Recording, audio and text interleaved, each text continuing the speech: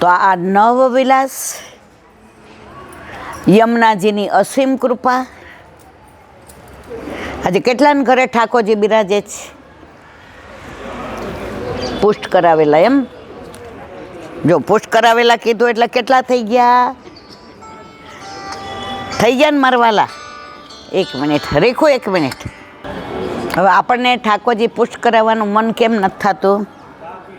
શું કારણ? બીક લાગે કે થાશે નહીં, દોષ પડશે. થાય છે ને બધાયને એવું?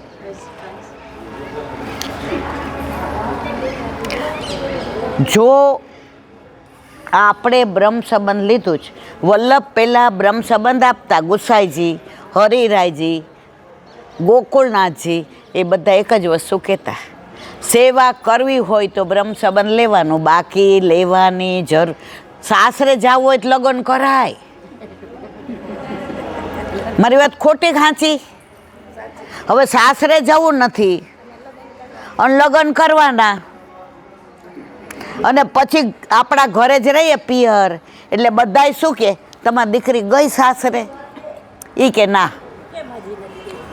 પછી કે સાસરીવાળા કેવડાવે કે હવે આ વખતે આણું કરો, તો કે મારા દીકરાને ઘરે હુવા વડાવવાની છે, એટલે કે સારું. આમ કરતાં 40 વર્ષની થાય, 45 વર્ષની થાય અને દીકરીને સાસરે મોકલે નહીં, પછી સાસરીવાળા તેડાવે ખરા? પછી 84 લક્ષ યોનિમાં પાછા આપણે બધાએ આંટા મારવાના ને મારવાના. અત્યારે આપણને બધાને એવું છે કે બ્રહ્મ સંબંધ લઈને મંદિરમાં દર્શન કરીએ, સરસ મજાના પ્રોગ્રામ કરીએ, બધે પાઠ કરવા જઈએ. ના, આ પુષ્ટિ માર્ગ નથી. આજે દીકરી પરણીને સાસરે ન જાય, બીજાના ઘરે કામ કરે, બીજાના ઘરે ગીત ગાવા જાય, બીજાના ઘરે ઘઉં સાફ કરવા જાય, પાછળથી શું કે નવરી છે તો આવે જ ને. સાચું ખોટું? પણ સાસરે ગઈ હોય અને 2 દી આવે તો શું કહે? ટાઈમ હોય તો ચા પીવા લઈ આવજો ને. હા બાપા, તું તો હારે ગઈ પણ દેખાતી જ નથી. તારા હારે હારું હોય થોડી દેખાય. આપણા કરતાં આપણી સાસરીના વખાણ બીજા કરવા માંડે. તો આપણે બ્રહ્મ સંબંધ લઈને આપણા ઘરે ઠાકોરજી હોય તો જે આનંદ આવે એ માહે પડ્યા મહાસુખ માણે, દેખનહારા દાજે. તો ઠાકોરજી ના હોય, મંદિરિયા સુના રે, ઠાકોરજીની સેવા વિના અંતરિયા તલ, ઠાકોરજીની ઝાંખી વિના. આ બધુંય સમજીએ છીએ.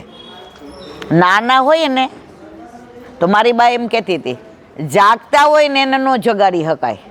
સમજાય છે મારી વાત બધાને? જાગતા હોય એને ન જગાડી શકાય, સૂતા હોય એને જગાડાય. હવે તમે તો બધા જાગેલા છો અને છતાંય નથી પધરાવતા. તો વલ્લભ કે છે, જાણ્યા પછી માણો નહીં. આજે આ નદી ને નાળા ને પર્વત ને આકાશ ને પૃથ્વી ને જળ ને આ બધું વાડીને વજીફાન ગાડી ને બંગલાન હોય, અને આપણે ખૂણામાં બેઠા રહીએ, ક્યાંક નદીમાં પાણી પીવા જાવ ને પડી જાવ ને ડૂબી જાવ તો, પર્વત પર ચડું ને નીચેથી ને પડું તો, બહાર જાવ ને મારું એક્સિડન્ટ થાય તો પછી આપણે ખૂણામાં જ બેસી રહે. ઠાકોરજી ઘરમાં આવે છે પછી તમારે કાંઈ નથી કરવું પડતું, બધું જ એ કરે છે. કરતે હો તુમ કનૈયા, મેરા નામ હો રહા હૈ, સબ આપકી કૃપા સે મેરા કામ હો રહા. એકવાર યા હોમ કરીને પડો મેદાને, ફતે છે આગે. પણ આ બધું કેવું છે, આપણી ઈચ્છા હોય તો થાય, બાકી આપણને કોઈ ગમે એટલું જે છોકરીને લગ્ન કર્યા પછી જવું જ ન હોય ને, એને કોઈ ગમે એટલું સમજાવે ફેર પડે ન પડે. પણ જે ડાય દીકરી છે, જે મા બાપના સંસ્કાર લઈને આવે છે, જે બે કુળને દીપાવે છે, એ સાસરે જાય ને જાય જ. અને જેમ દીવો તમે ઉંબરામાં મૂકો ને તો બે બાજુ પ્રકાશ આપે, એમ દીકરી બે કુળ ઉજાડે. એમ આપણે બ્રહ્મ સંબંધ લીધા પછી ઠાકોરજી પુષ્ટ કરાવીએ તો વૈષ્ણવ કુળને દીપાવીએ અને આપણા પિતાના કુળને દીપાવીએ. અને દુનિયા કે વાહ રે વાહ, એના ઘરે ઠાકોરજી બિરાજે છે તો એની 71 પેઢી તરી ગઈ કે નહીં? પણ આ તો બધું હવે વાત એક નાની કરીએ અને સત્સંગ પૂરો કરીએ, કારણ કે કેટલા વાગે ખુલે દર્શન? વાર છે? હા, તો આપણે 10 મિનિટ એક નાની વાત કરીએ. અને પછી એકવાર એવું બન્યું કે ઠાકોરજી ગાયો ચરાવવા સવારના પધાર્યા હતા. અને ગાયો ચરાવવા પ્રભુ પધારે એટલે બધી ગોપીઓ યશોદામાની ડેલી આવે. તમારે ગાવું છે સરસ તો ગાઈ લો. ગાવ એકી લઈને બેઠા છે.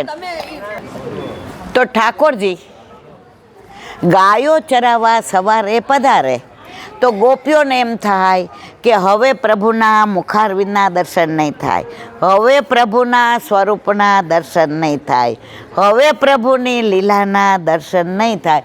તો ગોપીઓ યશોદાજીની ડેલીએ આવીને પૂછે, માં ડબરા ભોગ લઈ જવાનો છે? કાંઈક ને કાંઈક બાનું ઠાકોરજીને મળવાનું યશોદાજીને ગોપીઓ પૂછે.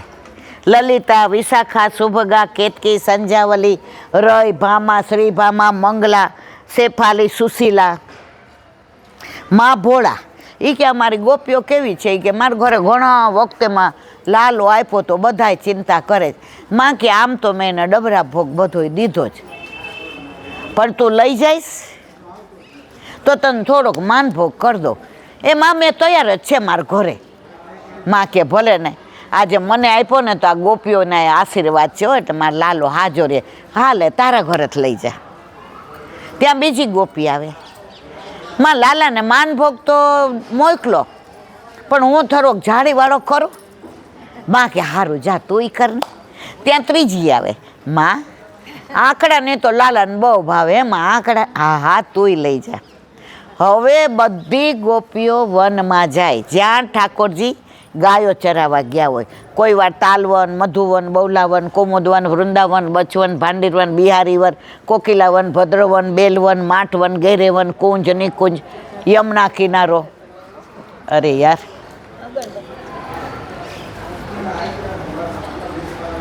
અને ગોપીઓ ત્યાં લઈને જાય તો ઠાકોરજી જુએ કે ગોપીઓના ચરણના રૂમઝૂમ ઝાંઝરીનો અવાજ આવે છે.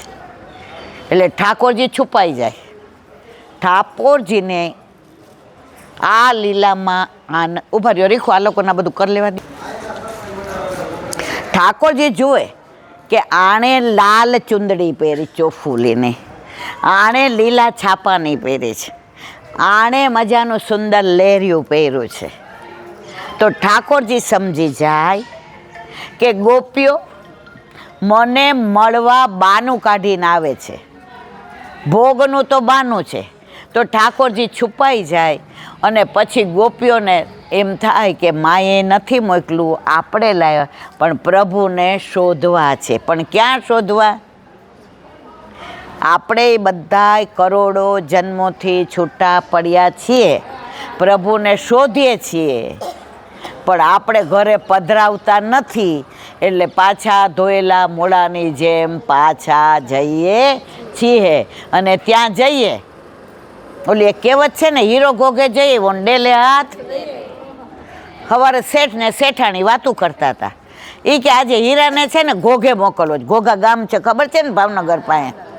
એ કે આજે ઘોઘે મોકલવો છે. એ કે તો શેઠાણી કે પણ બધું હું કહું છું લઈ આ સાંભળું જ નહીં. જેવો ડેલીમાં પ્રવેશવા ગયો, કોણ ઘોઘો મારા જેવો, આપણે નહીં કહેતો હારો ઘોઘા જેવો છે.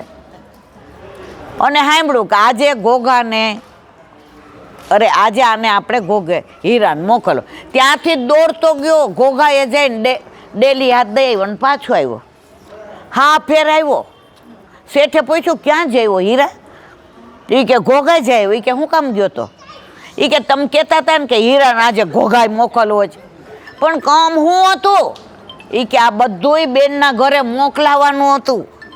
આ બેન હારે ત્યાં છે તો તું દોડ્યો ગયો? એ કે મને શું ખબર, મેં તો એટલું સાંભળ્યું કે આજે હીરાને ઘોઘે. આપણે બધા શું કરીએ છીએ આવીને? જે કરવાનું છે નથી કરતા. સંસારમાં આવીને ડેલે હાથ દઈને પાછા જઈએ છીએ. હવે આપણે નક્કી કરવાનું છે કે 84 લક્ષોનીમાં પાછું આવવું છે, હીરા ઘોઘે જઈ આવવું છે. તો વાત ગોપીની કરતા હતા, હવે ઠાકોરજી છુપાઈ ગયા. હવે લલિતા વિશાખાને પૂછે, તું આ બાજુ જા, તું આ બાજુ જા, તું ઝાડની પાછળ જા, તું યમુના કિનારે જા, તું કદમ વૃક્ષે જા. પણ ઠાકોરજી ક્યાંય મળતા નથી. ત્યારે રાધાજીને બધાય પૂછે છે, રાધે તને ખબર છે પ્રભુ ક્યાં બિરાજે છે? રાધાજી મંદ મંદ મુસ્કાયા, કારણ પ્રભુના શ્રી અંગની સુગંધ એવી છે કે એ સુગંધ રાધાજીએ ફરતા ફરતા લઈ લીધી અને બધાને ઈશારો કર્યો કે પ્રભુ અહીંયા કુંજ નિકુંજ નિબીડ અને નિવૃત્ત, પ્રભુ અહીંયા ડોલરની કુંજમાં બિરાજે. ડોલર એટલે શું? મુગરો. પ્રભુ ત્યાં, કારણ કે સુગંધ શેની આવતી હતી? ડોલરની. પણ પ્રભુના શ્રી અંગની સુગંધ એને લાગી હતી, એટલે ડોલરની સુગંધમાં એટલો બધો વધારો થયો હતો કે ચારે બાજુ સુગંધ મહેકતી હતી. અને ત્યારે સામનેજીએ કહ્યું, ત્યારે પ્રભુ તો તન્મય હતા કે મને ક્યારેય ગોપીઓ આ કુંજમાં શોધી શકશે નહીં, કારણ કે ચારે બાજુ મોગરો ને વેલ ને વણાટ ને મણકો ને થાક ને વેણી ને પ્રભુ દેખાય નહીં એવી રીતે ચારે બાજુ શણગારેલું હતું. પણ સામનેજીને પ્રભુના શ્રી અંગની સુગંધ ખબર પડી ગઈ, એટલે સામનેજીએ કહ્યું. ત્યારે બધી ગોપીઓ એક જ વાત કરી, પ્રભુ કોઈ દિવસ અમારી યારે છુપા છુપી ન રમતા. આપ ખોવાઈ જાઓ છો ને તો અમારા પ્રાણ કંઠે આવી જાય છે. તો આપણે બધા પણ કરોડો જન્મોથી ખોવાયેલા છીએ, ઠાકોરજીએ શોધી કાઢ્યા છે, આપણે શોધ્યા નથી. પણ છતાંય આપણે પ્રભુ સાથે ખેલવા જતા નથી અને આપણા ઘરે પ્રભુને આપણે ખેલવા આવવા દેતા નથી. આવી જ એક નાની વાત. એક ગોપી હતી, વૃદ્ધ હતી, ઉંમરવાળી હતી. તો એણે વિચાર કર્યો કે હું વનમાં નહીં જઈ શકું.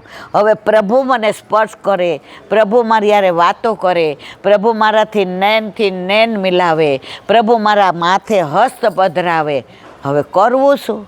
તો સાંજે ઠાકોરજી ગાયો ચરાવીને વનમાંથી પાછા આવી રહ્યા હતા.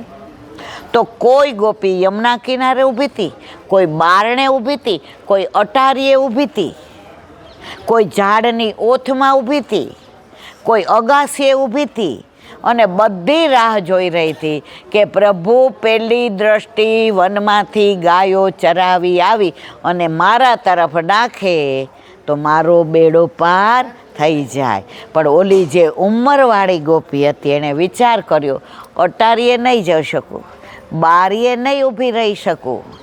એટલે રસ્તામાં ઓલા છાણ પડ્યા હતા, છાણ ગોબર, ગાયોએ કર્યું હોય ને ગોબર, તો એ બધું ગોબર ભેગું કરી અને એક સુંડલામાં ભર્યું. સમજાય છે મારી વાત બધાને? એક સુંડલામાં ભર્યું. હવે એણે વિચાર કર્યો, જો સુંડલો માથે ચડાવી લઉં તો પ્રભુ મને સ્પર્શ નહીં કરે, પ્રભુ મારી સામે જોશે નહીં. એટલે નાટક એવું કર્યું, સુંડલો ઉપાડવા જાય તો ઉચકાય નહીં. સમજાય છે મારી વાત બધાને? તો કે ચડાવવા જાય પણ ચડાવે નહીં.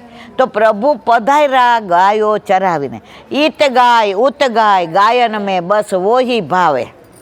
આપણે કીર્તન ગાઈએ છીએ પણ ભાવ ખબર હોતા, આપણે પાઠ કરીએ છીએ પણ આપણને એનો ભાવ ખબર હોતી, આપણે બધા પોપટ છીએ.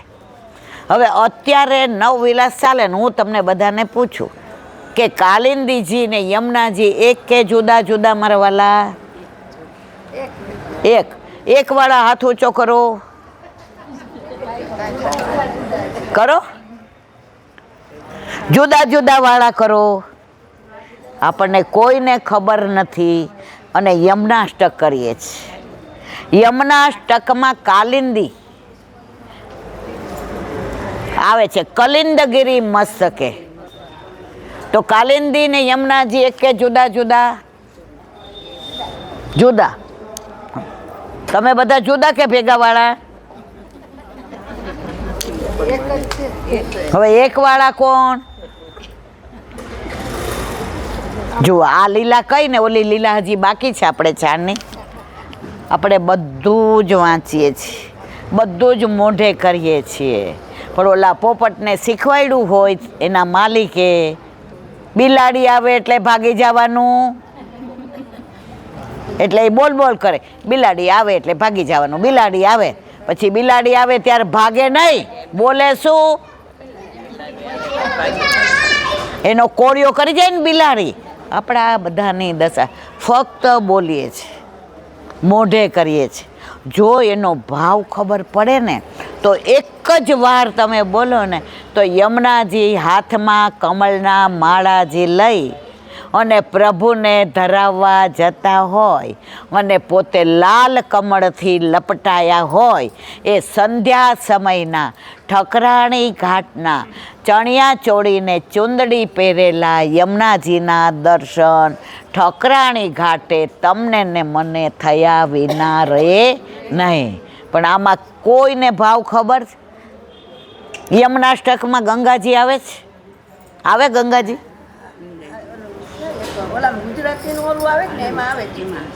એટલે ગુજરાતીમાં આવે ને ઇંગ્લિશમાં ન આવે? એમાં નથી આવતો ને ગુજરાતીમાં આવે છે.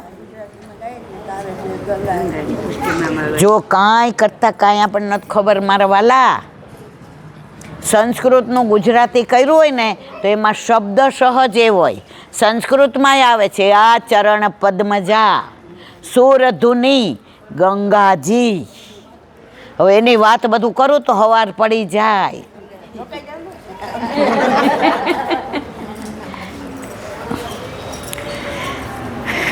ખરેખર